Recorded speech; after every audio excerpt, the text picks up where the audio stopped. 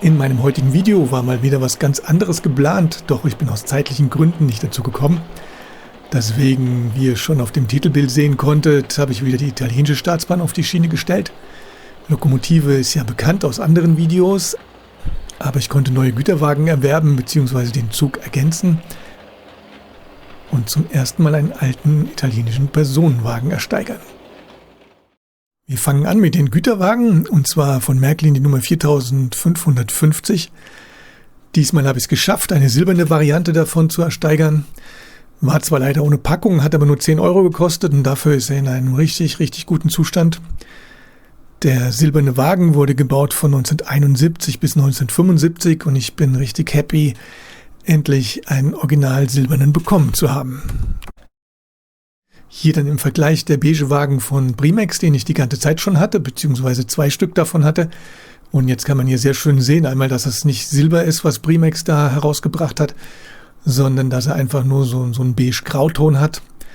Die Beschriftung komplett fehlt und die Fenstergitter fehlen bei der Brimex-Variante auch komplett. Das ist von Brimex die Nummer 4586 und dieser wurde nur 1975 gebaut.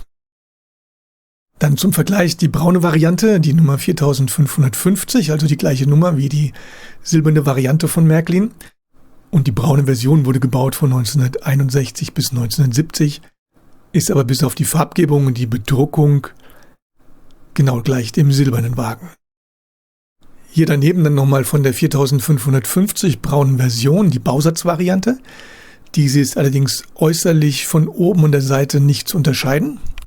Und man kann das nachträglich dann nur von unten erkennen. Auf der linken Seite ist die Bausatzvariante, auf der rechten Seite ist der Fertigwagen von Märklin. Und bei dem linken Wagen seht ihr vor der Achse diesen weit auseinandergedrückten Splint.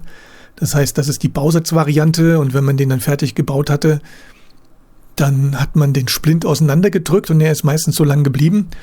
Und die Aufhängung der Kupplung oder die Befestigung der Kupplung sieht auch anders aus. Bei dem rechten Wagen, der dann von Märklin direkt gefertigt wurde, seht ihr, dass diese Splinte direkt kurz abgeschnitten oder abgeknipst wurden. Und das ist meiner Ansicht nach der einzige Unterschied, woran man die beiden erkennen kann. Und hier dann nochmal der komplette Zug mit den unterschiedlichen Wagenvarianten.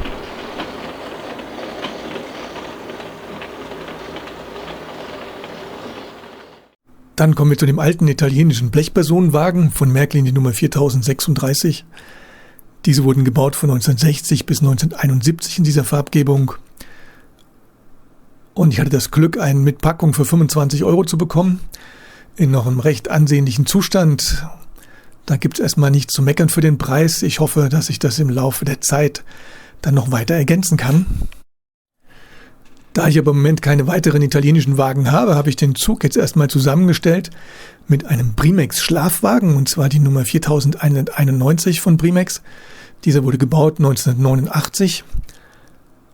Der Wagenkasten ist exakt der gleiche wie der 4036er in der italienischen Ausführung.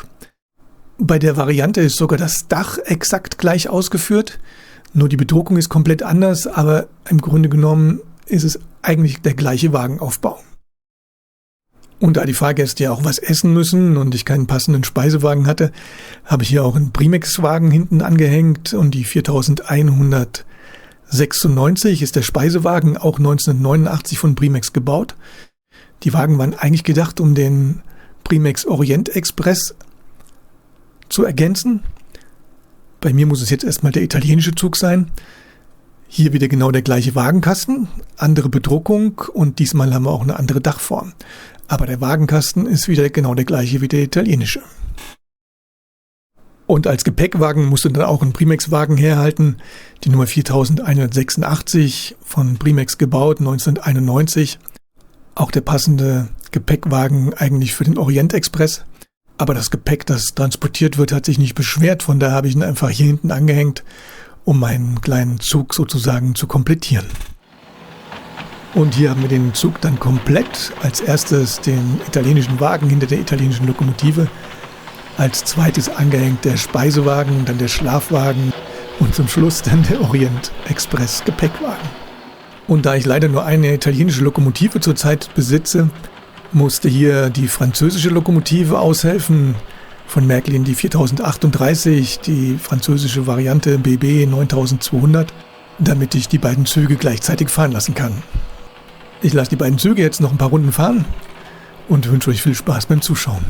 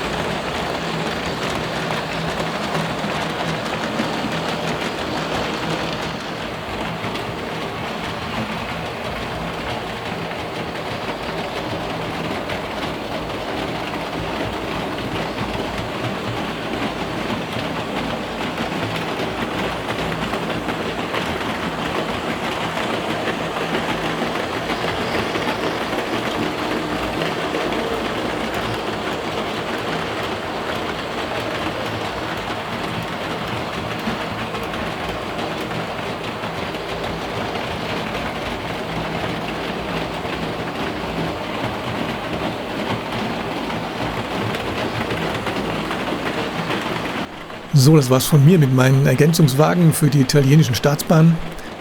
Wenn ich irgendwas verwechselt, verdreht habe, dann schreibt's mir in die Kommentare. Ich danke euch fürs Zuschauen. Demnächst gibt es wieder mehr und bis gleich.